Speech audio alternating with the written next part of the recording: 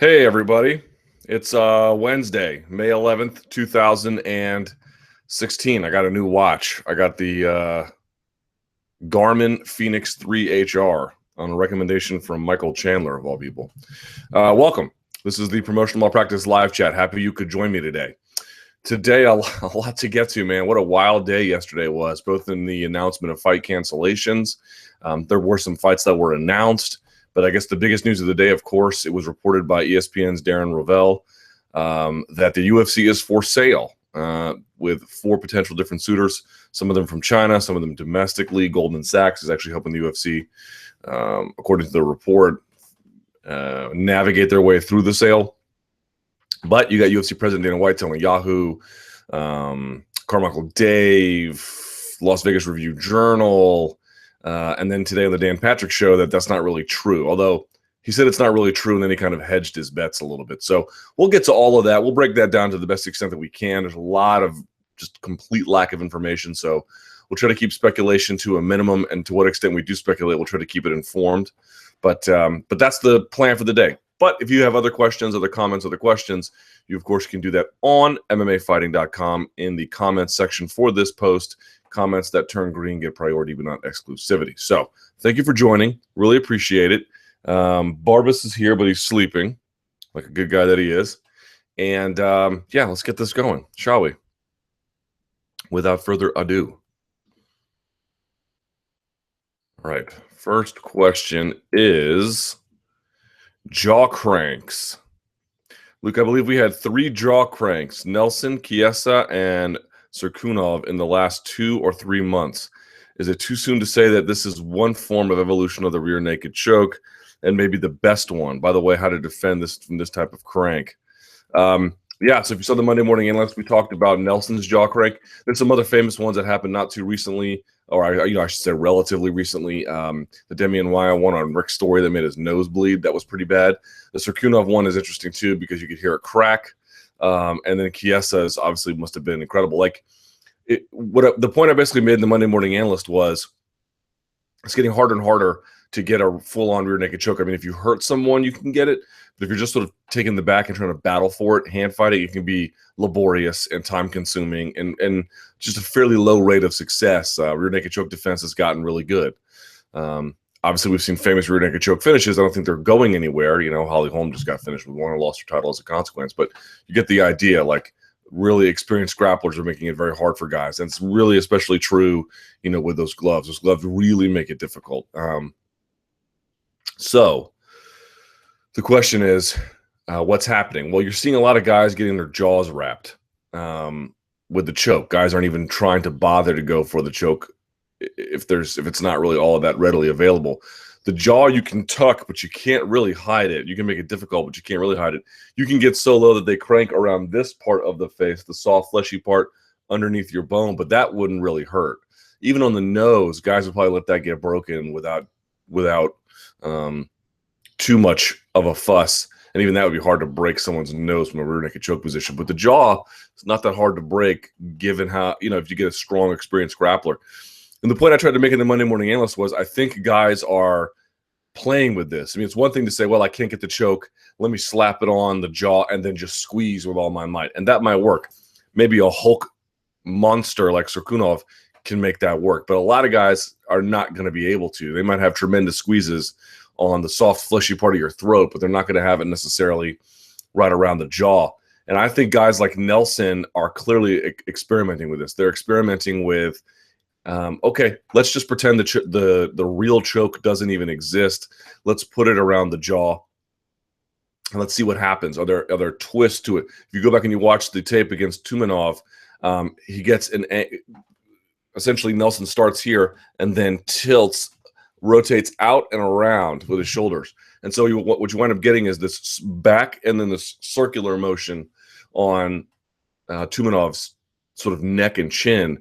And I wonder if that contributed to it. So the question is, what is the particular kind of application required with a rear naked choke bicep grip to make it work on the jaw? Is it just squeezing like hell? Maybe that's the case, but I just feel like that's probably fairly low percentage. There has to be a precise kind of way to apply that. And I'm actually going to try and get Gunnar Nelson on my radio show, if not today, Friday, and I intend to ask him. I don't know the answer to that. That's my hunch, because I don't think it's accidental. You look at the way in which the head moved on both Story and Tumenov. It followed a similar trajectory from neutral. And so I think that there's a particular kind of application to it, but it's not widely known. Certainly, I mean, I don't know it. So I don't want to speak out of turn, but I bet there's a way. I bet there's a particular kind of way. And to me, this might be some of the evolution of jiu-jitsu, right? Like in pure jiu-jitsu, it's evolved quite a bit. I mean, in gi and no gi, there's all different kinds of ways it's grown and developed and advanced, and some for the better, some for the worse, right? But in jiu-jitsu, in MMA context, there's been a long, long process where it's just been nullified and it hasn't been grown. If, in fact, my hunch is correct, that there is a particular precise way, again, unless you're just super strong, but if there's a particular way in which you wrap the chin, that to me would be evidence of growth for MMA-specific jiu-jitsu. Can't get the neck, fine, don't worry about it. Let's find a way to crank that jaw. That's more than just brute force. That's a particular kind of brute force that has to be applied in a certain way to elicit a tap. And I think that's what you're seeing, but I think a little more research and question asking and some drilling, at least on my part anyway, is required to really know. But that's my hunch. That's my hunch. But like, best way to defend from this type of crank, I mean, just either get really low or improve your hand fighting. Beyond that, I am not sure if there is a way to do that. All right, here we go. Zuffa selling the UFC. Luke, what do you make of the of the ESPN report that Zuffa really is about to sell the UFC?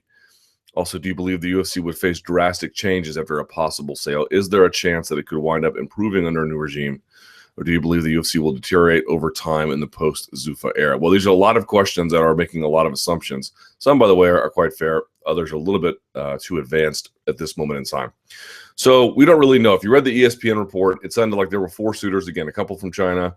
These are large investment groups, in some cases hedge funds, that are looking to get into the game, according to this report. And some have, in the variety of their larger portfolios and investment portfolios, some have sports properties, at least in some cases minority, but full-out majority ownership, depending on the circumstance. Either it's a Chinese Super League team, or in the case of Atletico Madrid, I think it's a 20% share that the Wanda Group bought. In any case,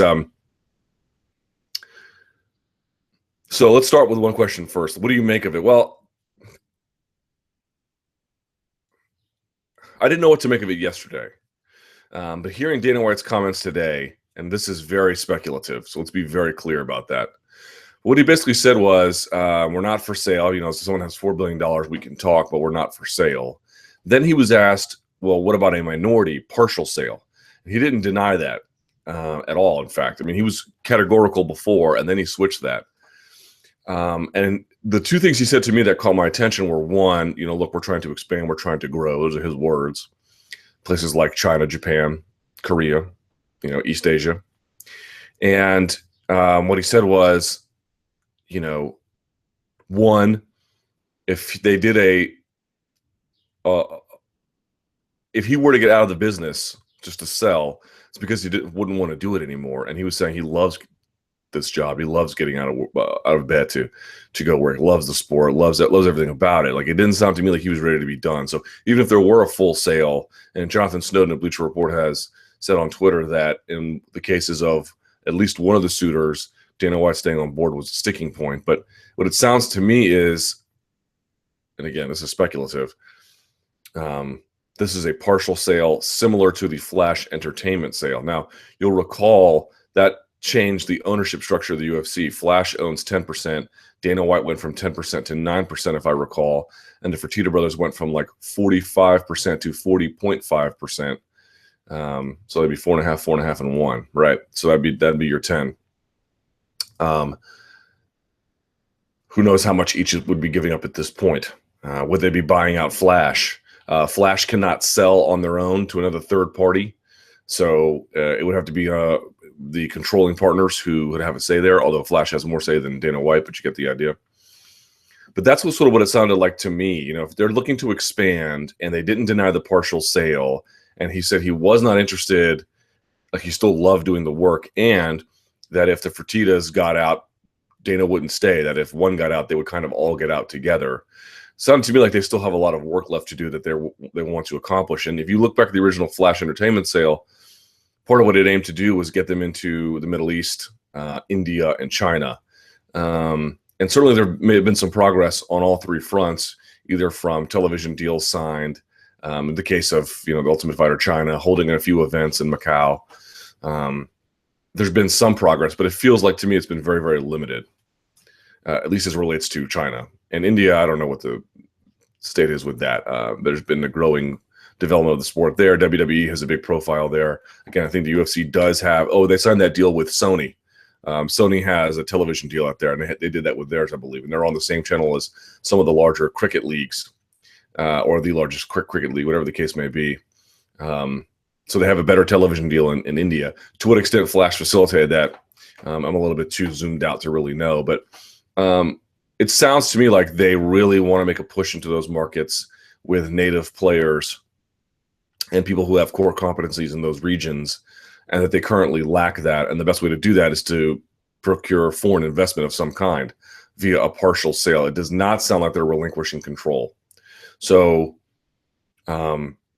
maybe Rovell's report is correct insofar as the UFC would be willing to entertain a full sale, but maybe the direction things are headed is a partial sale as they continue to push this forward, that they're not really ready to cash out. Even if they were to cash out, sticking point or not, I don't think the UFC, the current regime there, for all their faults, they obviously have done a pretty tremendous job with the organization. I don't think they would sign it off to someone who they wouldn't trust to carry out the mission appropriately, or they would sign off on a deal where they weren't retained, at least for a short period of time, a year, 2 years or more, as a kind of transition response team. That seems to me very much unlike them. These are guys who realize that in the wrong hands, the sport can really go south very quickly. And, you know, if they were ready to be done with the sport, maybe they wouldn't care at that point. But I don't quite buy that. I mean, look, people who are like, they don't care about the money, they just care about the sport. They care about the money too, which is fine. They're businessmen. Like, caring about money in some degree is like no crime. It's no sin. You know, it just needs to be acknowledged in addition to competing interests about preserving the sport. And the two are aligned in some cases, actually, right? So that's sort of my hunch. So when you ask, do you believe the UFC would face, pull this up here, drastic changes after a possible sale? Certainly, depending on the nature of the sale, that's possible. But again, my guess is either White or Fertitta would stay on for a little while, or if they did sell to someone, it would be under circumstances where the whoever took over would be handpicked by Zuffa to maintain steady, if not steady waters, but the wind at their back.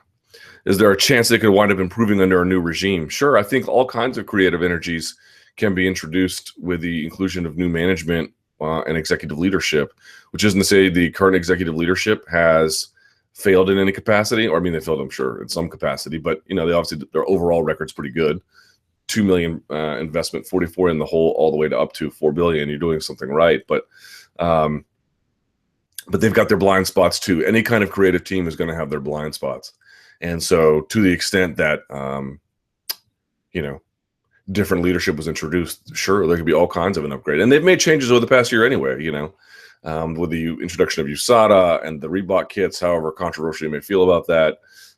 They've scaled back Dana White's public presence, I think, for the betterment of the organization. He still has this major role as the president. We talked about that last week.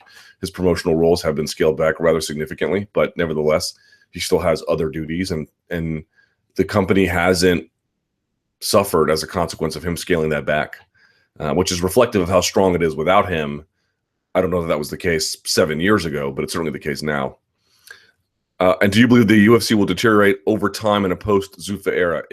Look, eventually, Zuffa may retain control forever, but Dana White is mortal. He will not forever be in charge of this organization. Same goes for Lorenzo Fertitta. The key for me is these guys, again, they realize that there's people who know the fight business and there are people who don't know the fight business. I have a very hard time believing, even for a lucrative offer, that they would sell this to someone they knew would crash and burn.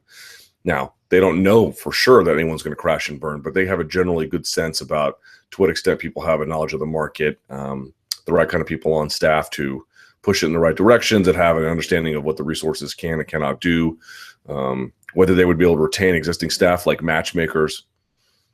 I have a very hard time believing they would just hand that off to the highest bidder and let it go.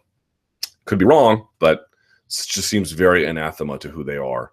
For as much as they may be businessmen, and they are, they have worn the pride of MMA on their sleeve. It has been a big bone of theirs to pick with the outside world that this was more than people realized it was. And I think that has been woven into the DNA of their identity, quite frankly. Even if Lorenzo Fertitta were to walk in, as it was rumored, purchase some kind of ownership stake in the Oakland Raiders, I think having his reputation being partly developed by the work done in mixed martial arts and what mixed martial arts means to his life, again, I could be wrong, but that to me seems profoundly unlikely. By the way, the group that seems to be leading the charge, just a little bit of some fact finding, because this is not an area of the world that I know a whole lot about. China's Wang Jianlin. This is the one that bought the 20% stake in Atletico Madrid. He owns, he owns part of the U.S. cinema chain AMC, the luxury British yacht maker Sunseeker. Why did he purchase Atletico Madrid? Quote, or purchase 20%. This investment will not only provide a golden opportunity for young Chinese players sent overseas by Wanda, that's the investment group, to be selected by leading European football clubs. It will also strengthen the quality of Chinese football and narrow the gap between the rest of the world. To what extent they actually have a real talent partnership sharing program, I question, but nevertheless. Who is this guy? 60-year-old is ranked China's second richest man behind Alibaba boss Jack Ma. Alibaba is like the Chinese, it's something relatively equivalent to the Chinese Amazon. He's like Jeff Bezos, but more. He is worth, this is Wang Jianlin, $13.2 billion. He's planning to open up amusement parks in China to rival the likes of Walt Disney and Universal Studios. He was reportedly in talks over a stake in the Hollywood studio behind the Hunger Games franchise Lionsgate. Atletico Madrid is one of the top three clubs in La Liga. There's Atletico Madrid, Real Madrid, and Barcelona. And but because of the nature of the television revenue deal, only really Barca and Real have a ton of money. So it sort of made sense that they would sell. And I believe he has a stake in other properties within China, the Chinese Super League, for example, the soccer league over there. By the way, this is also sort of an interesting note here. 60-year-old is a big football fan. That's soccer. And owned one of China's most successful teams from 94 to 2000. There's been a growing trend of Asian billionaires buying into indebted or struggling European football clubs. Malaysian tycoon Vincent Tan owns Welsh club Cardiff City. Air Asia chief Tony Fernandez is a chairman on London's Queen Park Rangers, which is a garbage team. And Singaporean businessman Peter Lim owns a controlling stake in Spanish team Valencia, who's actually pretty good. Well, okay, anyway. So there you go. So there's just some information about who the leading candidate might be, but just based on everything he said on the Dan Patrick show, UFC President Dana White, I guess we will see. There's no telling really, but this to me feels very much like a partial sale. How much partial? Who knows? But we're going to find out. Keep in mind that 20% purchase of Atletico Madrid, this is not like buying an NFL team. The 20% stake was only $52 million, 34 million pounds, I guess 45 million euro. That's not a lot. Right, and you got 1/5 of the ownership structure. You're not going to get 1/5 for 52 million. So, question about the share percentage is going to be interesting. Someone says, "Am I crazy, or the UFC worth much more than $4 billion?" No, I think $4 billion is absolutely at the high end. I can't imagine it going for more than that. Someone says that number is high. Wasn't it just over 1 billion not long ago? 4 billion sounds extremely exorbitant. Yeah, that's very, very much. That might be their own internal numbers about their own estimated value. Someone says factors that could suggest they're looking at selling so far in the threads. 1, the Reebok deal. 2, drug policy. 3, money fights pumping up revenue. 4, the lawsuit. 5, the Ali Act. Luke, do you think these factors are good indicators to suggest a possible sale, if not soon, then in the next 5 to 10 years is a high possibility? Well, yes and no. I mean, some of these overlap with the interests of pursuing a sale, both short-term and long-term, or, partial sale, or even a full-on sale. So, like, for example, let's take the Reebok policy. Why did they institute it? 1, I think they've always had a natural revulsion to the condom depots and the NASCARization. I think when they talk about those things as problems in the sport, they overextend the argument. But when they say, we don't like this just rubs us the wrong way, I think that is actually true. Like, they're speaking candidly when they say that. So I think that was part of it. The other part is, they felt like these guys were essentially selling advertising on their TV time and just using themselves as the billboard. They weren't necessarily procuring real sponsorships, and that was their TV time to monetize, which we've talked about as well. So there's that. And I think 3, they were like, well, we don't make a dime off this. I think in the long term, they did expect to make a dime off this, if not one, in any future Reebok deal or any future apparel deal. I think they intended to draw revenue from it. Just like the television deal the UFC signed with Fox, the fighters didn't see a dime of that. That's not the case in the NBA, I can assure you. The players there get a big chunk of that. All their salaries are going to go up with that new television deal. So I suspect that with the next Reebok deal, the next apparel deal, they do expect to make money. So, the idea that, all the money goes to the fighters. Maybe now. And you can also make the argument that for a long-term or even partial, for a full-on sale or a partial sale, having attracted this kind of sponsor, however difficult the initial acclimatization process may have been, it makes sense for a sale. Did they do it to make a sale? I don't know if I buy that so much, but I'm sure it certainly helps. You take the drug policy. Instituting USADA definitely helps with positive PR. It keeps, it certainly would assuage any concerns from potential suitors about to what extent this product is based on improper or outright negligent testing. Yeah, that would be very attractive to them. Is that the only reason they did it? I actually think it's quite the opposite. I think they did it when there was that period over the summer, concluding with Anderson Silva testing positive. I think they actually just got, and it's a very common response, actually, it's just a moral panic. Is what that was. There was this belief that everything was out of hand, and this was the only real method to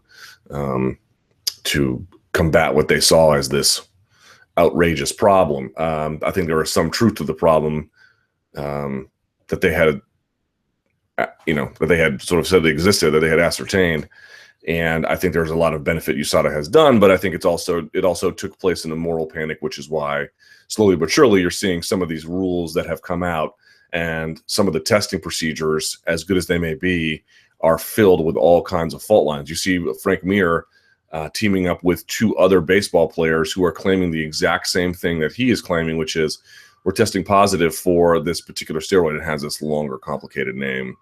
You have dihydrochloro methyl testosterone. It's something to that effect. And all 3 don't have a single clue about how it got in their system. And you could say, well, the dog ate my homework. That's what that sounds like. Sounds like to me, the more you inspect the testing processes, you see that there are all kinds of flaws and holes. The idea that it's better than athletic commission testing is like saying, well, you graduated from high school versus getting your GED in terms of a 4-year track. That doesn't necessarily make this out to be an excellent demonstration of academic rigor. But in any case, so sure, there's PR benefits to that. The Ali Act stuff, I don't know. UFC is obviously not in favor of that, even though Bellator might be. John McCain told me personally that this is something he would favor as one of the original authors of the Muhammad Ali Boxing Reform Act. But that seems to be very speculative. I don't know if there's any real support for it in Congress or the Senate just yet. So I don't know that would be a reason to sell exactly. And more to the point about the lawsuit, I don't think they're very concerned about that at all. The more I read about that, the more I learn about that, the less I have hope for it, unfortunately. But anyway,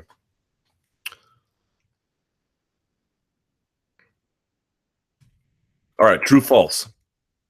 If Jones or Cormier gets injured, the UFC will be forced to negotiate with Conor and Diaz to re-headline the 200 card. Forced? No, false. The Fertittas ended up selling the UFC. The promotion, if the Fertittas ended up selling the UFC, the promotion would be in danger of being mishandled by the wrong people. Yeah, that's true. Would that be true of any sale of anything, though? Overeem should get a title shot even if Kane beats Travis Brown in July. True. Some fans are naive in thinking that Mayweather versus McGregor would actually happen. Let me, I talked about this on my radio show, which I know some of you don't get because you don't get Sirius XM. This has been bugging me for a while.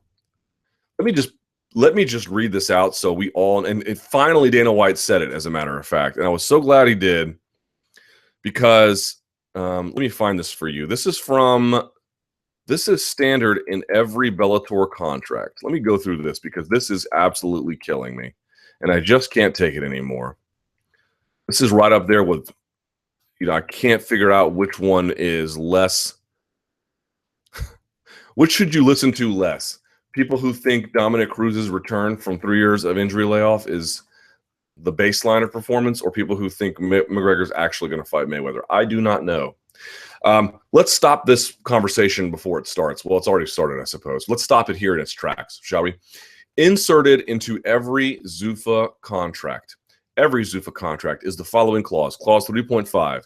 During the term, Zuffa shall have the exclusive right to promote all of fighters' bouts, and fighters shall not participate in or render his services as a professional fighter or in any other capacity to any other mixed martial art, boxing, professional wrestling, or any other fighting competition or exhibition, except as otherwise expressly permitted by this agreement. Let's go through this real quickly. Mayweather can't fight McGregor, or at least I should say McGregor can't fight Mayweather because it's in his contract that he can't. The only way he could was if there was a particular carve-out clause that mentioned Mayweather by name, or if the UFC decided to grant permission, as they do customarily for events like Metamoris, Polaris, or things like that. They also had to give Ronda Rousey approval to do WrestleMania. These were expressly granted, and the reason why is because the chance of hurting any kind of particular bodily harm at WrestleMania seems very limited. The exposure is actually quite good for her and the UFC generally. In Metamoris, you're probably not going to have anything happen to you that's any more different than what would happen in a training room or an aggressive session. Those guys roll with other elite black belts all the time. In fact, in some ways, it's a little bit more careful. I mean, maybe they'll hold a submission a little bit longer, but you get the idea.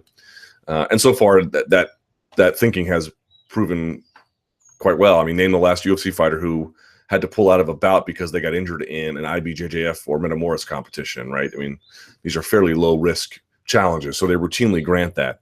So the only way that he could potentially fight was if the UFC agreed, which they're not going to ever, or B, is if there's a particular carve-out. Because if you actually look at this contract in this particular term 3.5, what you wind up finding is that Bellator contracts have an almost identical clause. It's written slightly differently, but it says basically the same thing. Now, if you're in Bellator, you can go to Bellator Kickboxing, or maybe they might grant you the ability to go to Glory Kickboxing or have a separate kickboxing contract contingent upon certain requirements, but that's it. That's it. Like, for example, when Quentin Jackson signed with Bellator, he had a particular carve-out that mentioned Roy Jones Jr. by name.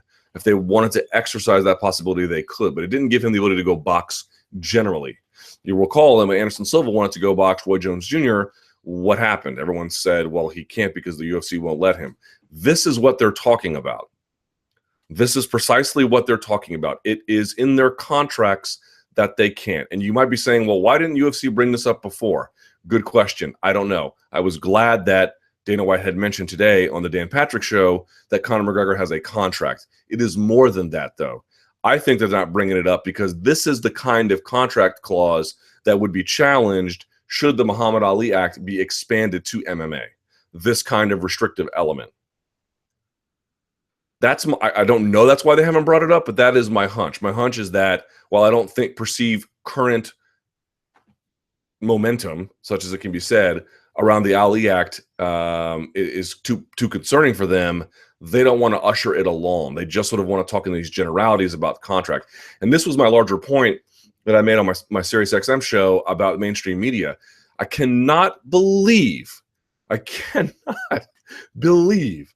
they have had discussions about this without bringing this up. Because could you imagine the first week, let's say, no, forget the first week, the fourth week of NFL next season, and someone says, RG3, the first 3 weeks he was the quarterback for the Browns. This week he wants to be the quarterback for the Redskins. The fans want to see it. Could that happen? Hey, Kendrick Golston was out there spreading rumors that, they'd love to see it. You can love to see anything you want. I would love to see Falcor park outside my house so I could ride him around and have bullies jump into garbage cans, a la the never-ending story. But what I want and what is contractually or realistically possible is not – these are two different universes. Can you imagine one of their NFL shows talking about this without one of their NFL experts or some contract experts interjecting and saying, guys, there are contracts in the NFL, and this is not how the process works. Like, you can change teams if you're not under contract or under these other conditions, but this is like this. We're talking about nothing is what we're doing here. We're talking about nothing, and they don't. And so to me, it was like, this is evidence of how poorly the mainstream media treats MMA when they don't even have the courtesy to their audience to explore what to me seems like a foundation of the discussion. What is true in the real world? What is actually possible? Here's what's actually possible. During the term of this contract, Zuffa shall have the exclusive right to promote all of the fighters' bouts, and fighters shall not participate in or render his services as a professional fighter or in any other capacity to any other mixed martial art, boxing, professional wrestling, or any other fighting competition or exhibition, except as otherwise expressly permitted by this agreement. The only way Conor McGregor fights is if the UFC lets him, or he has a particular carve-out in his contract that identifies Mayweather by name, or if he's somehow a genius and somehow worked in the boxing contract, he could box whoever he wants generally, which I'm telling you doesn't exist. The chance of that happening, I've got a greater chance of doing the backstroke on the water found in Mars. Possible, profoundly unlikely. And you never see them discuss this. I don't understand this at all. So if you ever watch any show, look, I don't mind them talking about Mayweather versus McGregor to get a headline in and to boost their ratings. I'm talking about it now, for crying out loud. That would be very hypocritical of me. But I'm at least talking to you like an adult. I'm at least talking to you on the terms that make sense here. I'm talking to you about what actually exists. So what does the real world say about this? Well, here's what it says. There are contractual provisions that would make this highly, highly, highly unlikely. Now, I know the original question asked in this true-false segment here on the show is not dealing with this specifically, but I just really want to make this known. I wanted to put this out to as big of an audience as I can. A number of you watch this live chat. This is the beginning and the end of this conversation. Is the UFC going to let him? Clearly not. And B, does he have particular carve-outs in his contract that allow for that? I can't speak to that with any certainty, but I'm guessing based on every other fighter's contract ever in history, the chances of that are zero, or as close to, 0.000001 at the end repeating or something like that. And that's it. That's the only part of this conversation you can have about Mayweather and McGregor. And the other part was like, well, the event's going to take place in the summer in Las Vegas. No, it's not. Unless he has those particular carve-outs in his contract, which, there would be more. I'm assuming there would be more advanced negotiations if this were actually any kind of reality. But more than that, the Nevada Athletic Commission can't sanction any kind of bout where someone is breaking contract to go through with this. That would hold them liable. And who would want to advertise for such an event? What venue would take that? This is totally nonsensical. This is totally nonsensical. So to the extent you see anyone in the mainstream media, talking about Mayweather McGregor and they don't bring up clause 3.5, turn the channel. All right. Having Rumble versus Teixeira as the co-main event to Holm versus Shevchenko is a bit bizarre. Yeah, we talked about that on the MMA Beat last week. That's certainly bizarre is a strong word. Unusual, but hey, at least it's the co-main. I mean, there is a positive way to look at that. John Jones' performance over OSP indicates that his powerlifting regimen didn't improve his fighting abilities. I think you guys have asked this before, but I am not in a position to really answer that. Oh, and someone emailed me. I forgot to get back to them. Somebody emailed me about this who was a powerlifting coach. I'm going to go through and find that email. They made a point that it may not necessarily affect them, but that's a little bit above my pay grade. Let's see. We're seeing more jaw crank submissions than ever before. Maybe, as I mentioned earlier. Matt Brown's liver is very susceptible to punishment due to his past history of heroin abuse. I don't know to what extent that would limit him. Certainly after a binge weekend, my liver, I could feel it a little bit. But I don't know. I don't know about that. The rumor of Josh Thompson being knocked out in training by Aaron Pico is highly unlikely. No, I don't think that's unlikely at all. Fedor versus Fabio Maldonado is one of the saddest matchups you've ever heard of. Yeah. Yeah, that's really pathetic, actually, is what that is.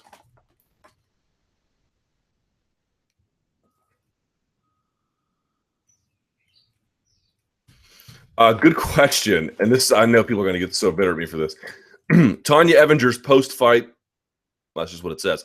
Look, what did you make of Evinger's post-fight antics after defending her title? Was it not a big deal in your mind or one of the most deplorable post-fight actions in MMA history? Also, had a guy done that in a regional promotion, say, on an Access TV card, would it cause a lot more controversy? Well, in the end, turns out that Evinger and if you don't know what happened, so I guess she had previously puked, but in any case, Evinger wins, and the post-fight interviewer for Invicta is Laura Sanko.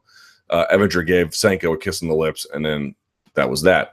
And some people were like, "What the hell?" True, if a man had done that, I think there would be.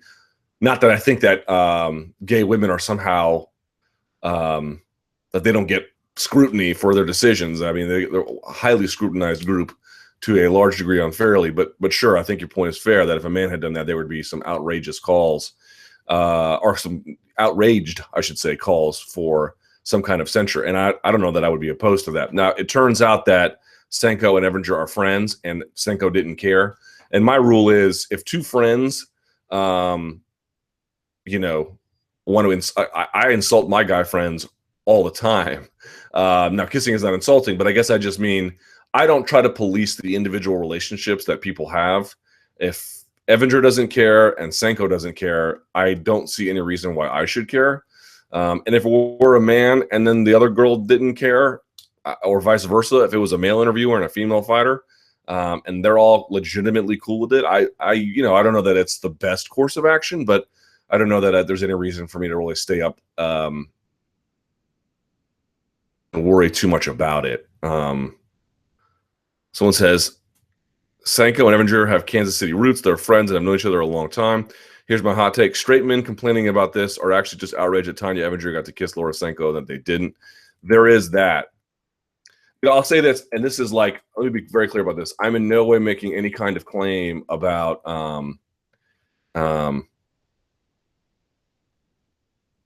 this as a general practice among gay men generally.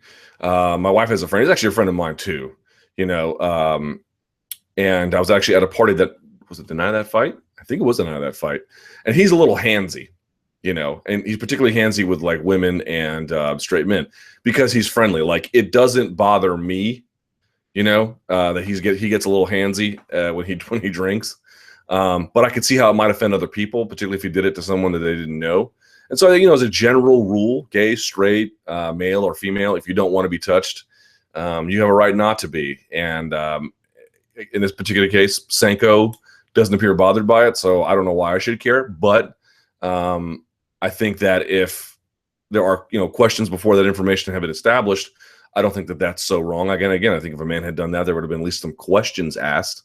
But, it doesn't matter who you are. If you don't like being touched and you have certain parameters about that, then that has to be respected no matter the circumstance or the gender or the sexual orientation. And I think that's pretty fair.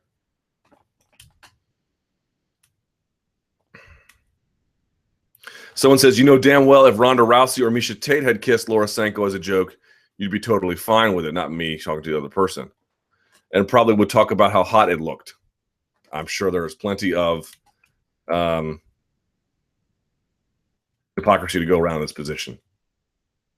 Were people really, I wasn't there on Saturday night. Were people really that outraged?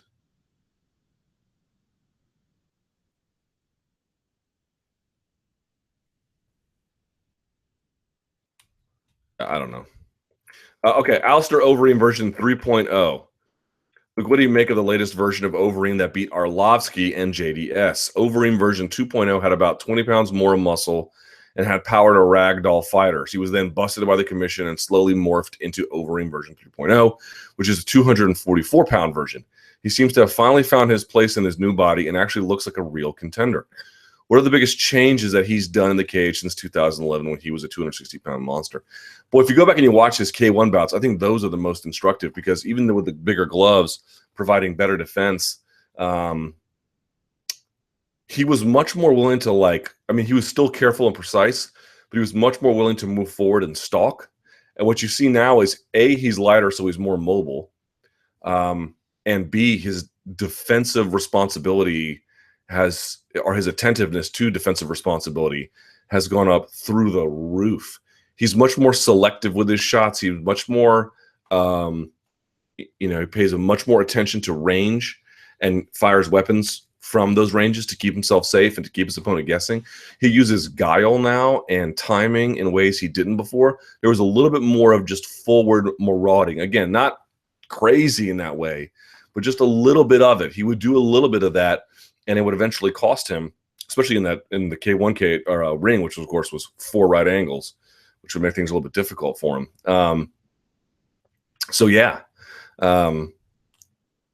I just feel like he just takes the idea that he can't take punishment, even if you don't want to say his chin is bad. It's a heavyweight division, right? Like, it doesn't take much for someone to hurt you, and so to the extent you can stay on the outside, come in when you want to on your terms, stay out of trouble.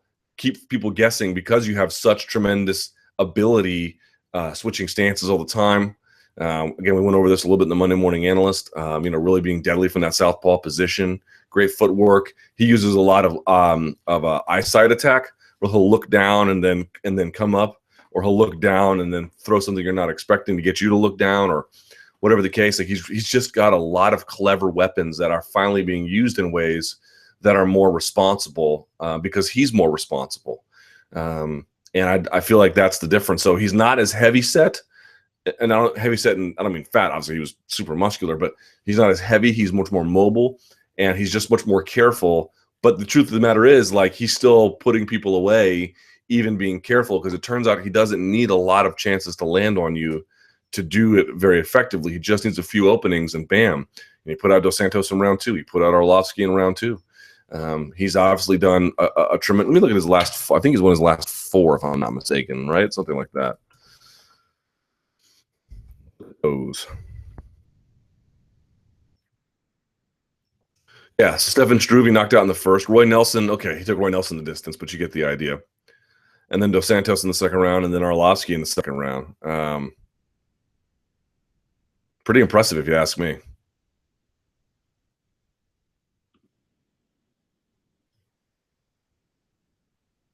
Over under 1, as in Luke Thomas will watch 1 episode of The Ultimate Fighter of the season. I watched the very first one, and I haven't watched one since.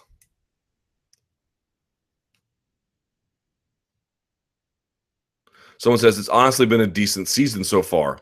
Not great, but solid. The fights have been all right. 1 blowout, 1 brawl, blah, blah, blah, blah, blah. And while I hate how Joanna has come off, or Joanna, I'm glad people are starting to appreciate Claudia. I'm sad that Khalil is out, but I'm glad he's still getting airtime. The makeup thing was odd, but it was still unique, right? Looking forward to tonight's episode. Like I said, man, if y'all want to watch it, I can't take it off Fox Sports 1. But, I mean, I had to watch reruns of the Jersey Shore before I watched Ultimate Fighter at this point. One problem with the UFC 200 card, Luke, I believe we all have weird feelings about the 200 card, right? And to me, it's not about McGregor's absence. I was thinking about the card and made a little research on it. So far, we have 11 announced fights, counting Dillashaw versus Aslan Sal, and 11 fighters are coming from losses. Aldo, Kane, Hendricks, Gastelum, Lazon, Northcutt, Marin, Dillashaw, Gomi, Miller, and Zingano. Plus, Mousasi is coming off that boring fight against Lighties, and Brown had the eye poke KO against Mitrione. Okay. Even with good big names, I believe the big problem here is that this may be the worst moment possible to make these fights. Nobody wants to see Hendricks versus Gastelum now, for instance. Do you agree? Well, I think you would find it. Okay, so let's take UFC Fight Night 88, shall we? Just as an example.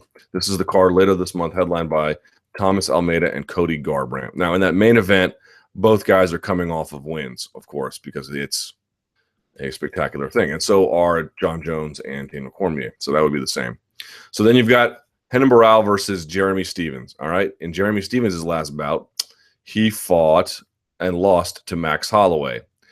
Renan Barão, as you may well know, moving up to featherweight, has lost his last bout to TJ Dillashaw. Then you have Tarek Saffiedine and Rick Story. Rick Story's last bout is 2 wins in a row, Gunnar Nelson and Leonardo Mafra. Then you've got Tarek Saffiedine. I believe he's coming off a win as well. I could be wrong. Yep, Jake Ellenberger. Okay, before that, a loss to Rory McDonald. No shame there. Chris Camozzi and Vitor Miranda. Vitor Miranda is tearing people up. And then you have Chris Camozzi. Now, he may have a win in his last.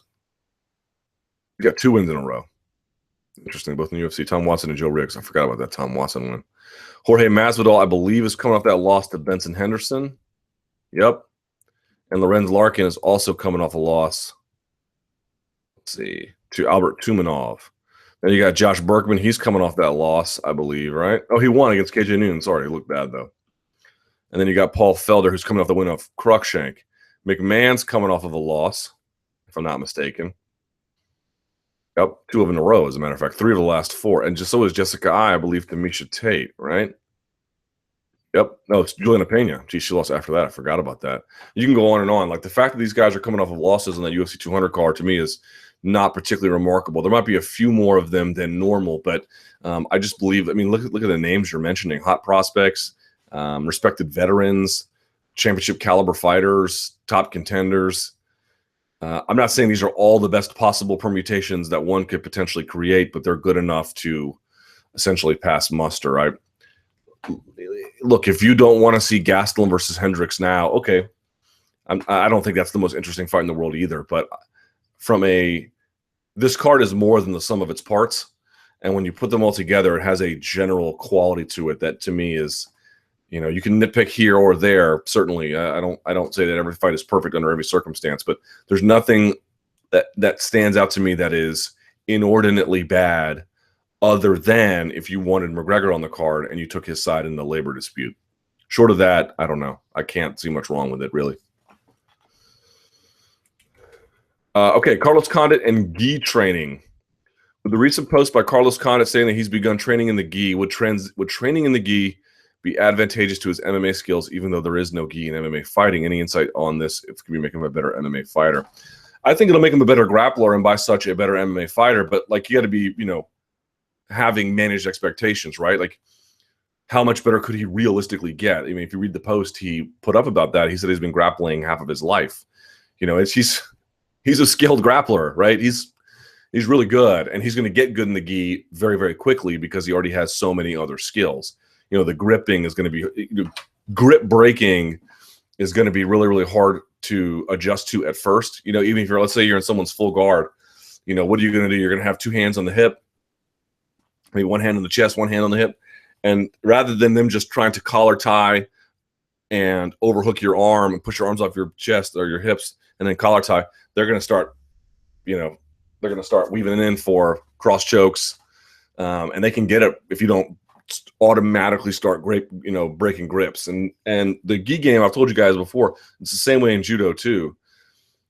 The person who dominates the grips, the person who's first with the gripping, they're going to win the majority of the time, all other things being relatively equal. Like, if you have someone who's really good and is terrible at gripping, and and then someone who's like okay but very good at gripping, I would side with the person who's going to grip, because they're just going to have a lot more weapons to access than you are, because they'll just give up positions. Because again, oh, I'm in your full guard and you're not defending my grips. You'll see what happens to white belts all the time. They'll be on top. Let's say they get a takedown and they get on top. Someone pulls full guard, or someone just pulls full guard on them, and they'll start to try to pass. They'll do this bit where they put the elbows inside the knees, which never works on anyone good. And the other person will just start feeding in that lapel, and the back of the hand goes to where the tag is, back here. So they'll feed all the way in, although it'll be this way. They'll feed it all the way in, and they won't challenge it. Elbow to the sternum, all the way around. Bring your elbows basically to your lats, and they will go to sleep. I've seen it done a million times. And by the time they start to address it, it's way too late. Once you've even got one hand in there, they don't need to do much on the other side. They can just either grip on here and they can go across. You don't need much, and they won't fight that first hand. Like, it takes a while to get adjusted to that. Now, you might be asking, for MMA skills, what does that matter? I generally feel like the people who have a background in the gi, or at least some proficiency in the gi, they just have a certain type of different body awareness, a different kind of balance in different positions. They've got their mind is much more attuned to different kinds of possibilities. It just makes you have to play the game under different conditions. Or, running on the street versus running in the snow. What does that do for you? Well, that's a very imperfect analogy, of course, but maybe it does help your cardio for that kind of excuse. Maybe it does help you work on flexibility and impact on joints, or whatever the case may be for those kinds of things. Again, I don't know that it will revolutionize his game. His game is probably already pretty advanced, but it will make it better. It will open his mind to certain different possibilities. It'll probably improve his grip strength, actually, a lot. Getting a strong grip takes time. So that could potentially be beneficial, and it might make his gi a little bit, or his guard game a little bit more sophisticated. I've already liked his guard game, because he's one of the few guys who throws up submissions and sweeps constantly. He's constantly keeping you off balance. I think this can only help. And it'll just give him a different respect for jiu-jitsu. Remember, jiu-jitsu is first a gi game. It is after that a no-gi game, which isn't to say you can't get good at jiu-jitsu just doing no-gi, but it is derived as a gi game. As a gi, and there is self-defense applications as a consequence. And I feel like once you learn those kinds of fundamentals and foundations, it'll make you better at self-defense. Not that he really needs that, but you get the idea of the average person. But more than that, I just think it opens up the creative process and helps your balance and attentiveness to positions. There's certain passes you can get away with. For example, like a knee cut pass. You might be able to get away with that in the gi because everything is so slippery and it's a little bit easier to slip out. You may not be able to get away with that in the gi game. And so you have to find other ways to finish it that are a little more technical and rely a little bit less on speed and brute force. The gi game is the no gi game is quicker and it's a little bit more athletic. The gi game it can be quick too, but it's a little bit slower and it's a little bit more technical. And adding another degree of technical achievement to it, I think can only help. I'm sure Eddie Bravo would probably disagree. He knows more about jiu-jitsu. He's forgotten more than I know, but I tend to believe that these things can really be true. And Joe Lazan made a great point about the gi as well. He was saying, he was working on his omoplatas, no gi, and that was coming along, but they weren't where he wanted them to be. So he put on the gi, and the gi allowed him to slow down and build towards a better omoplata. So that when he finally really felt very comfortable with the omoplata in the gi, he dropped it, went to no gi, and his omoplata was there like he needed it. Like it was almost like he was able to, because you can't just yank out of things, it enabled him to slowly build his omoplata game, almost like training wheels in that regard, which it would have been much more difficult with the slipperiness of no gi. So just something to think about.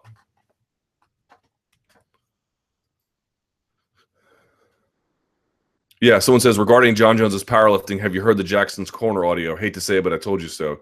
Yeah, of course I've heard that, but everyone's heard that. But I've heard from a number of powerlifting coaches that they take issue with that. But I don't know. How do UFC matchmakers arrange bouts? UFC matchmaker picks two fighters who are at the same level or ranking and call them and ask, do you want to fight this guy? Can one of them say no to that? Yes, they can. If yes, on what ground? They don't need a ground. What if nobody wants to fight a certain fighter because he's very difficult to beat? They'll find someone eventually. And if that fighter gets no fight for a long period of time because of that, what happens to the fighter who gets no fight? They are contracted to get a fight eventually. I mean, look, they may have to go and dig into the well, but this is not like Golovkin or Triple G where no one wants to fight him. In the MMA, you still see a lot of guys. For example, Matt Brown. Matt Brown fights this weekend against Demian Maia. I've talked about this ad nauseum. Literally took the bout because he thought it'd be a terrible matchup for him. You still get a lot of that. I mean, you run into guys over time that are a little bit challenges. I'm sure UFC matchmakers could pull their hair out over it, but it's relative to boxing. They don't face nearly the same kinds of things. But yeah, I mean, I don't know the exact process because matchmakers don't talk to anyone about their methodology. But look, they have a calendar of events. They have needs for the division, to the title, to the contenders. They've got guys ranked in certain positions. They've got guys available by certain dates. I think they just try under all those conditions to put together the best permutations that they can.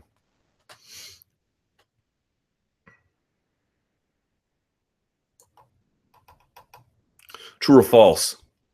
UFC 198, that's this weekend, does under 500,000 buys. I actually think this is true, but I could be wrong. It's close. I'll put it that way. Overeem gets the next title shot. Should be true. I don't know. Canelo does not fight Triple G next. Unfortunately, I hate to say true, but I think it is true. Canelo versus Khan did under 500,000 pay-per-view buys. I think it probably did more than that. So I'll say false. If the UFC was sold, it would not go for more than $3 billion. It's tough. Well, it's right at that limit. Someone says, poor old Rigondeaux suffers from this in boxing. Exactly. And Rigondeaux suffers from that not merely because he's so good, but because he's so boring and has no name. Like, it's one thing if you lose to Mayweather. Wow, you're in a Mayweather fight. Probably going to get a decent purse. It's another thing to fight old Guillermo Rigondeaux, where you're not going to get anything but an L.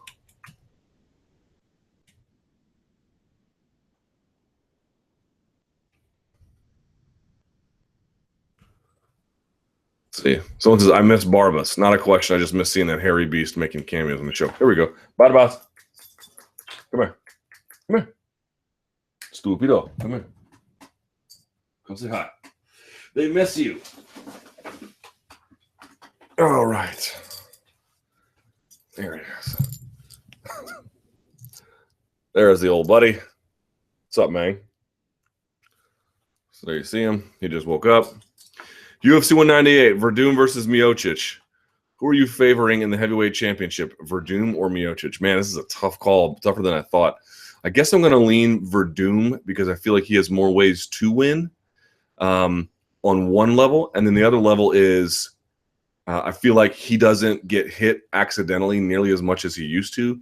He used to be a bit of a goof in terms of the kind of punishment he would take. He would almost rely on his chin a little bit. And I think that almost cost him, for example, in Elite XC, against Bigfoot Silva.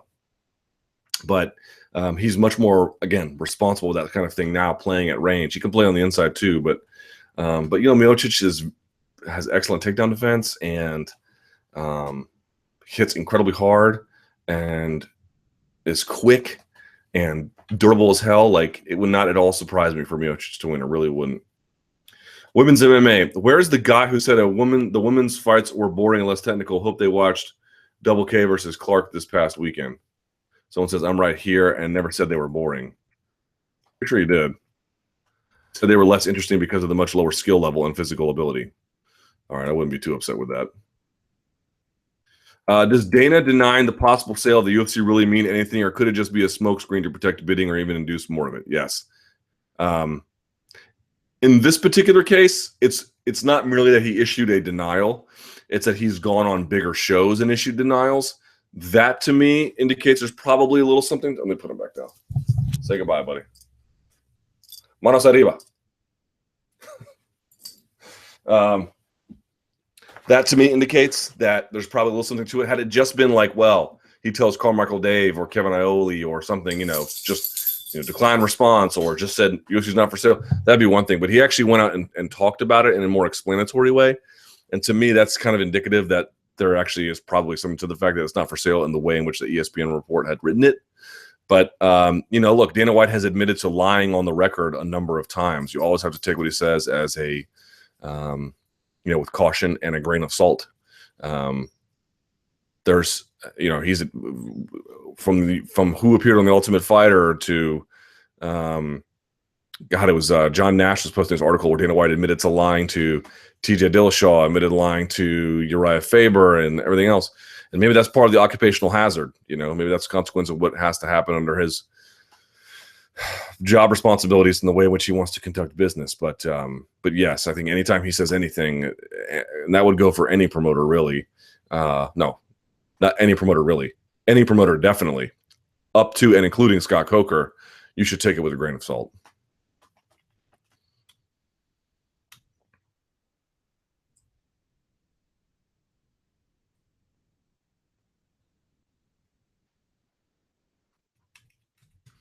Any chance Little Nog beats Cummins? Do you think he should retire if he does? I've always said when fighters who are past their prime, Big Nog, Bigfoot Silva, Chuck Liddell, and after beating Liddell after beating Vanderlei, blah, blah, blah, get their wins in their home country, don't retire, then wind up eventually retiring after losing streaks. Well, if Little Nog wins, I don't know, but I don't expect him to, although it's possible he could box out Cummins if he's not careful. But if Cummins is careful and works on his takedowns, and I think he's got pretty solid takedown or submission defense, he should be fine. But, it's by no means a dead giveaway. Could be kind of tough. Someone says, Latif God versus Krylov. I guess it's not pronounced Krylov, it's Krylov. Can the UFC finally book this fight, or do they still need the fans? Won't be able to handle the sheer awesome that will take place during such a titanic matchup. I'd be in favor of it. Why not?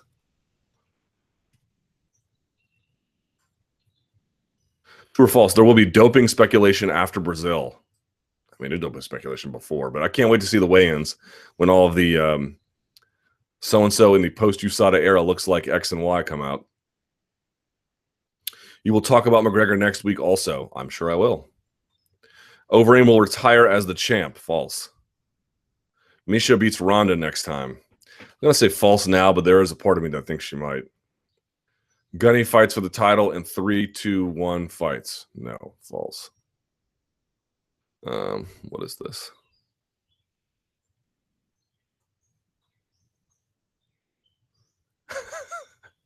Someone made a Falcor GIF.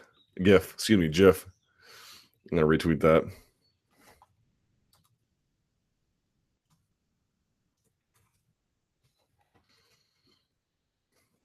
That's awesome. I just retweeted it. That's so great.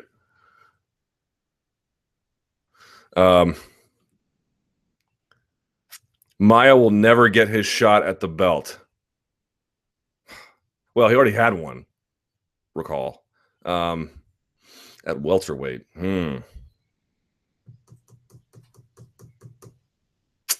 I'll say false. BJ Penn retires again if his next opponent beats him. Unfortunately, I'm going to say false to that. Killing me.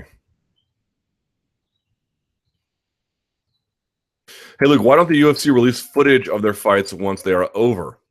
I know Americans pay for pay-per-view, but in the aftermath of a big card, I think it makes the UFC look really bad, in my opinion, because in every other sport, people can watch the big moments right after they happen, and I think it makes MMA look petty, to be honest.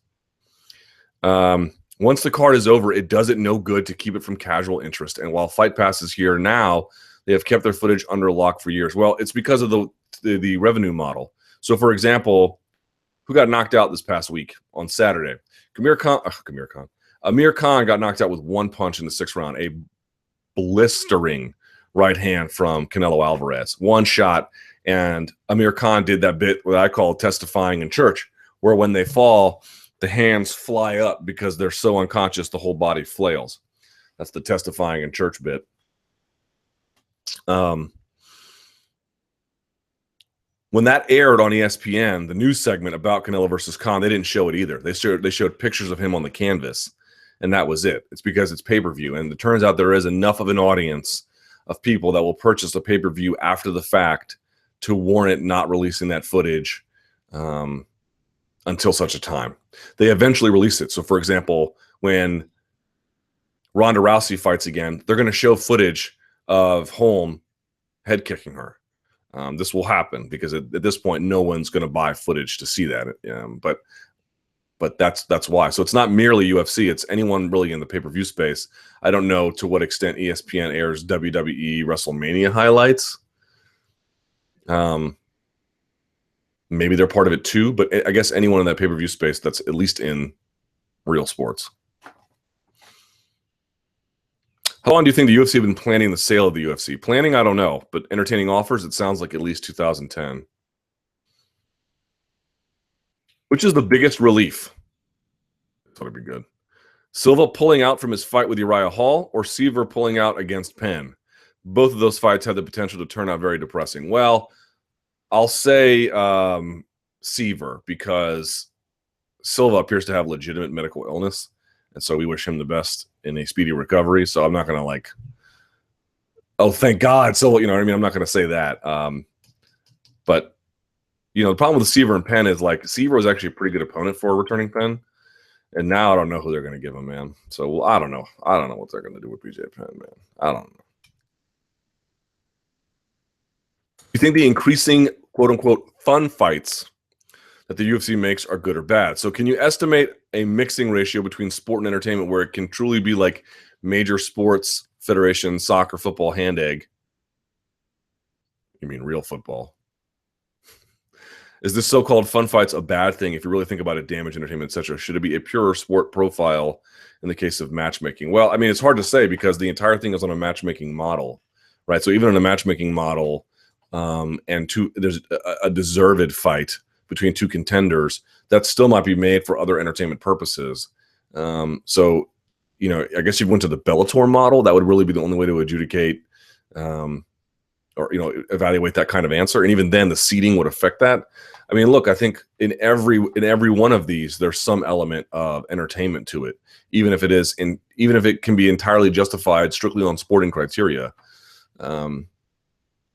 The introduction of entertainment as a reason for making a fight doesn't make it bad. In many ways, it enhances it, even if it overtakes to some extent some of the sporting relevancy. But it's only when that gets out of hand or becomes disproportionate, either in the fight itself, the card itself, or the organization's ethos. And, you know, again, we're going to quibble here and there. I mean, I don't think CM Punk really has any. That to me really crosses the lines because we have a common standard of excellence in the UFC for the most part. Really, it's almost never do we go below it. And this is a case where we're going extraordinarily below it.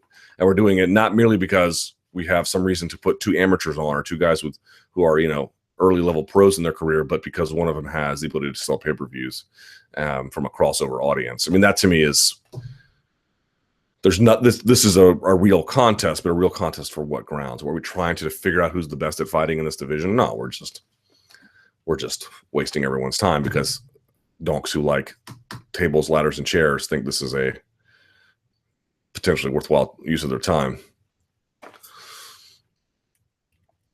Cyborg at minus 1,700 favorite. Jesus, is she really? Let's look at the best fight odds. True? Yeah, it is. God. Under 5 dimes. She's as low as 1,100 under Pinnacle. She's 1,800 under over Bet Online. God damn. Poor old Leslie Smith. Presuming Cyborg wins, what the hell does she do next? Will she always be a bridesmaid and never a bride? Have we gone over that? There's a million people that are going to feed her. They'll trust me. They will find someone for old Cyborg. I am not too worried.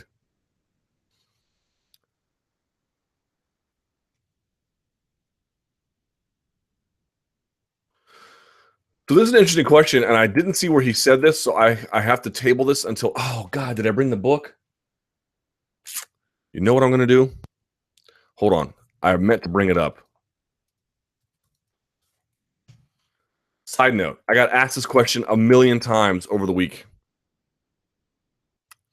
Somebody asked me what that judo book was that I mentioned had just like this variation upon variation of arm bars.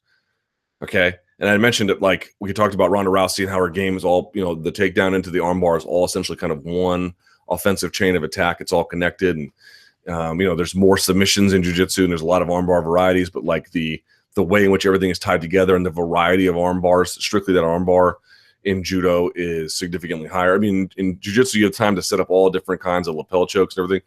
In judo, you get right away, and so attacking an arm is something you can really focus on and develop.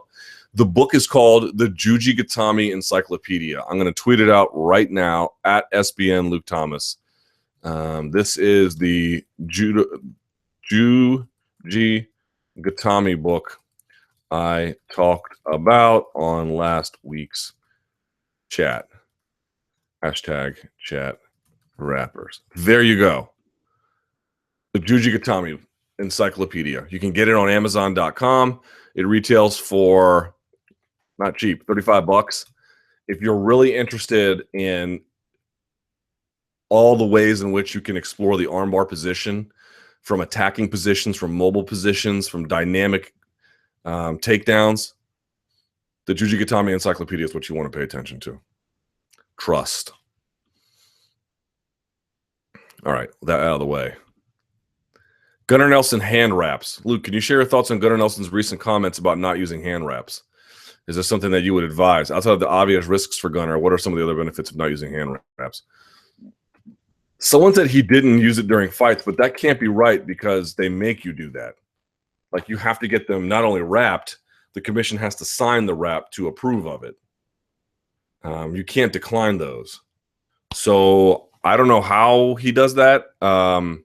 If someone's got the link, please send it to me, because I don't know how it's possible. I mean, maybe he doesn't wrap his hands himself. He doesn't wrap his hands in training. Maybe that's what he means. I'm not sure, but you can't compete without them being wrapped on some level in some kind of sanctioned way.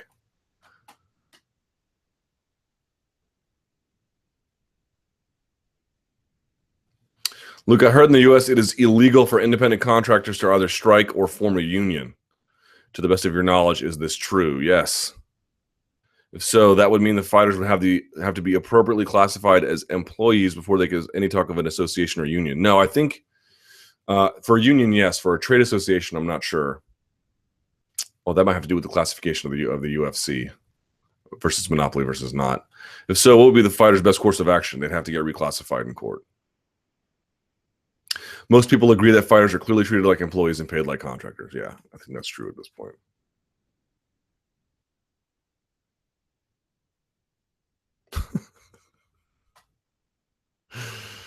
Would you rather have an hour-long conversation with Skip Bayless and Colin Cowherd regarding McGregor-Mayweather boxing match? Will be related to Subo by blood. I would, believe it or not, I would. Jesus, I don't even want to answer that one. Fighter and fight critic after the Luke Thomas show. Okay. Hey, Luke, are you more reluctant to criticize fighters' careers and fights after the birth of your Sirius XM radio show? I may be wrong, but it seems to me that you praise and compliment fighters you wouldn't have a year ago. I don't know. You have to give me an example of such. Maybe I am. Not intentional. Maybe I'm getting soft in my old age. I don't know. It's certainly not intentional. I don't think that's true, but you're the listener. You got to tell me. All right, it's 2:15. Let's go to the Twitter machine if we can.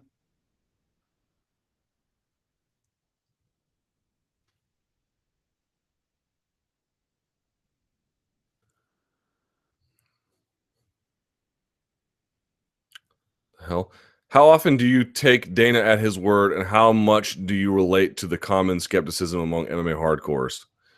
I don't know if there's a percentage. I just try to. I mean, I'm certainly very skeptical, but not like. I don't believe anything he says. We just have to be very careful and independently confirm things. Yeah, I mean, I'm generally skeptical. Do you see any connections between the success that point fighting has had in MMA and the success that Roy Jones Jr. had against traditional boxers? Movement explosion. That's a very difficult question to answer without having to look at chance at some tape. I do think that the point fighters have talked to Stephen Wonderboy Thompson about it and MVP about it, and both basically believe that a lot of the reason why a lot of the guys from point fighting haven't gotten over is because there was this skepticism that it would work and that they're sort of proof that it could. And he was even doubtful that it could. But then once he sort of began to feel it out for himself, he realized, wow, there's actually a lot you can do with this. As it relates to Roy Jones Jr., who, wasn't moving like those guys, but still, respect. I mean, the fact that, like, for example, Roy Jones Jr. would surrender someone having an outside lead foot on him on an opposite stance, he would give them, and then he would just be first on the cross. Sure, to that extent, but that's not exactly the same thing as what the point karate guys are doing. Do you think the UFC going public with their revenue for the first time is related to any sale negotiations? They didn't really go public with it, right? They made a public statement, but unless that's verified by facts, it's like people on, I get emails from people all the time being like, I'm a brown belt in jiu-jitsu, or, I deadlift 450 pounds. Like, you can just write whatever you want in an email. Doesn't mean anything to me. So they said it publicly, but we don't really know. Will Ronda Rousey ever be champ again? I'll say maybe. And will Conor McGregor ever become a 2-division champ in the UFC? Not anytime soon, but maybe.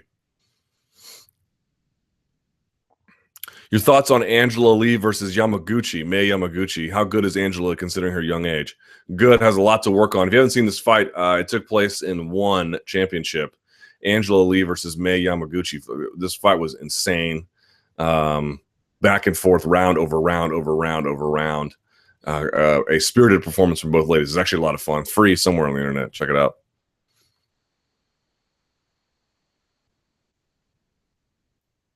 I suppose I'll answer this one. Could Mayweather-McGregor be bigger than Mayweather-Pacquiao, and will it ever happen? I would bet that it never happens. Could it be bigger than Mayweather-Pacquiao? No, but it could be big. Which was the bigger disaster? The Never-Ending Story 3, Escape from Fantasia? That's a real thing?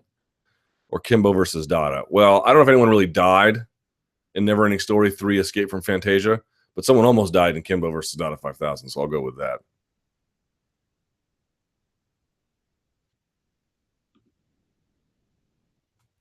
Someone making fun of my pink shirt, of course. Why do you think MMA is still illegal in France? Because the powers that be haven't made it legal because they haven't had pressure to.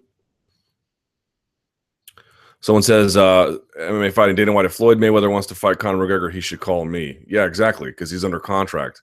Again, it's not impossible for the fight to happen. It's just extraordinarily unlikely. Who would you pick as a replacement for Seaver? I'm thinking Alex Caceres. That seems like a terrible idea. I don't mean to be mean to your idea. I apologize for that, but Caceres would not. He's too small, and there's still some upside to his career. Is Tim Kennedy too outspoken to get a fight at the UFC? Certainly seems that way.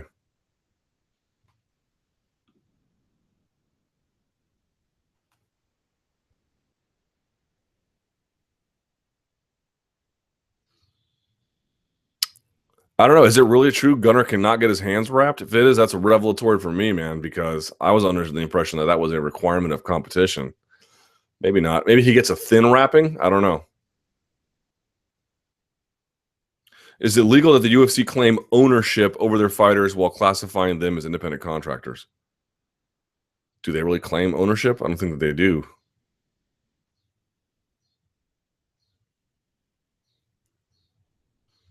Could new owners cancel the Reebok deal? I'm sure the Reebok deal has clauses for both parties to be able to terminate it, but I'm assuming the conditions are pretty narrow and the consequences rather severe.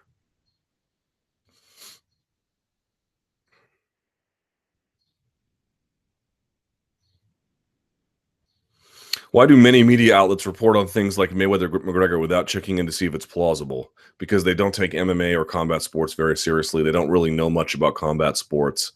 And I'm not going to say they have a disdain for it, but they don't take it seriously enough. They would never have a conversation like that in any other sport. Never, never, never, never, never. I mean, they had experts talking about the decals that Bryce Harper was putting on his bats. And they don't have anybody, and of course they do in Brett Okamoto, but they don't have anybody at ESPN that can that can do that for this conversation. It's just it's just shockingly negligent, you know. With Conor versus Nate targeted for 202 and Nick eligible to fight then, should they book both Diaz bros, and who should Nick fight? Again, I'm not saying Nick has to fight Robbie Lawler right away, but y'all keep asking me. That's the only fight I really care about at this point. What are 3 changes you'd like to see with new ownership and 3 changes you don't want to see? Jeez, okay. 3 changes. I think there could be some different creative pushes for some of the promotional material. I'd like to see fewer events and shorter shows. I think a 7-hour show is absurd. That's just me. 3 changes you don't want to see.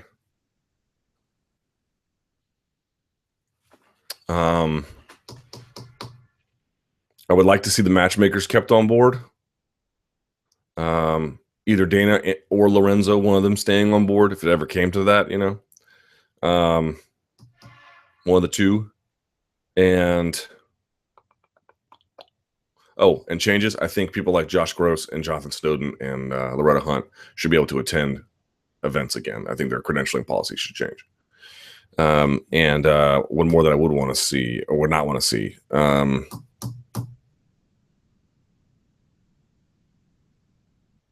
I would not want to see any shows in Singapore for a while. I mean, that's not a strategic thing all that much, but you get the idea. Will I be going to UFC Chicago?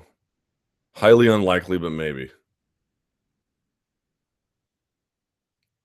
Which fight on UFC 198 is the most overlooked one? All right, let's take a look. Most overlooked at UFC 198. I will say probably John Lineker versus Rob Font. That's an incredible fight, and it opens up the Fox Sports 1 portion of the card, so it's at 8 o'clock. That's a sick fight. That's a super sick fight. So, yeah, I like that one the most. In terms of being underrated. What do you think the pay-per-view numbers is going to be? I don't know. You know, it's still Wednesday. We'll see how we feel on Friday, but I think it'll be okay, but not great. Rockhold versus Chiesa grappling match. Oh, Rockhold would have his way with him. Rockhold's way too big for him. I've seen both in person. Rockhold was just way too big. And if not equally skilled, more so. No matter what happens, the Caps deserve a shout-out on Wednesday. Yeah, for... cannot tell you how many people in this town said over and over and over again, no, these Caps are different. This time it's different. I mean, I'm telling you, there were articles all season long about this. And I think a lot of it just stemmed from the fact that they were a good third period team, but they're not a good fourth period if you count OT as a fourth period. They're not a good fourth period team. Certainly not against the Pens. It was just another brutal loss, man. You know, I mean, are they better than the last team that won the President's Trophy? Yeah, they are. Are they better than the team that, you know, had Mike Green out there skating hungover? Yeah, sure. But, you know, that's it's like if you live in DC, the Skins, the team has a racist name, and the owner sucks by any measurement. The field experience is a disaster. It's impossible to get to. Like FedEx Field is a nightmare. Then you've got the Nats, and they're okay, but I'm not the biggest baseball guy. Bryce Harper's cool or whatever, but then you got the Wizards. John Wall is a legit all-star. The rest of that team is just booty. And then you got the Caps. The Caps are like real good. And the game experience is really good too. Like, it's the best for anyone who ever wants to come to DC. If you want to go to a sports game and the Caps are playing and they're in town, that's the one you want to go to. It's by far the best in-game experience for a viewer. And then, you know, and then the organization is run the right way, and they have a good process as such. But what do you want me to say? There's the return of Cody McKenzie with Mayhem Miller. Oh, this is old. That's old. All right. So I shall skip that. Let's go back and answer a few more of these if we can. Bill Davis versus King Mo. How do you see this one playing out? Ways to victory for either fighter. I think King Mo might be able to stuff the takedowns and outstrike him on the feet. I think King Mo is alive. What are the odds for that one? Actually, I don't know if I can say he's a dog. Oh, they have no ads for. Or they have no odds for. Well, I don't know what the odds are, but in any case, I feel like Lawal, if he's being overlooked here, and he might be, is a live dog completely. Maybe Davis wrestles him to the ground, but I have a hard time seeing that. Very hard time. Not saying he couldn't get a few takedowns, just saying, consistently apply that to him. Let's see.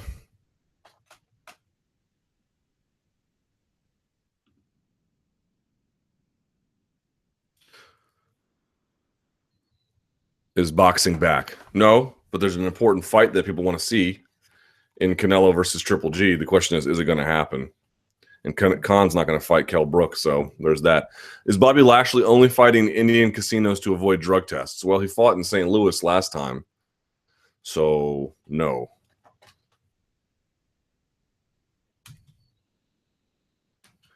Who should replace Seaver and fight BJ Penn? Max Holloway, maybe. I'm actually having Max Holloway on my show today. I think he's got a fight book, does he not? I'm so sick. It's been raining for 15 straight days here. Driving me nuts. Jeremy Stevens. Yeah, he's facing Ricardo Lamas at UFC 199. Part of me would rather see that fight, and I think I think Holloway would beat Penn. I would very much favor Holloway to win that fight. So, I don't know if that's the best one. I mean, if this is supposed to be a tune-up fight for BJ. That's not who you want to give him.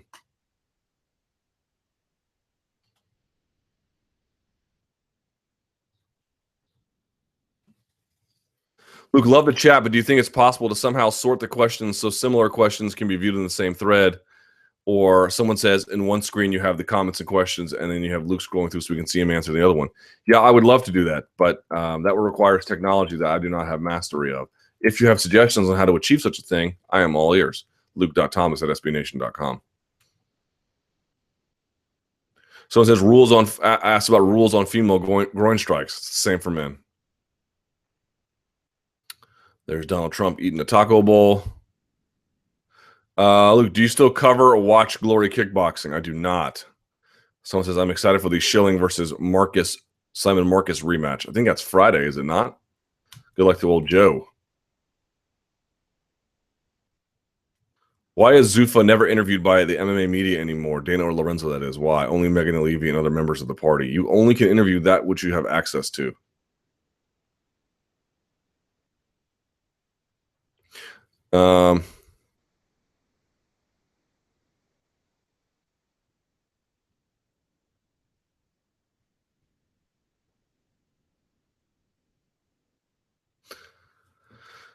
Not sure if you heard that Dana White appearance on Dan Patrick's show today, but producer Paul Pabst made a comment about White turning down a lot of MMA media requests in favor of national platforms like theirs, mainly because they could spend some UFC 98 promotion into the company sales mix.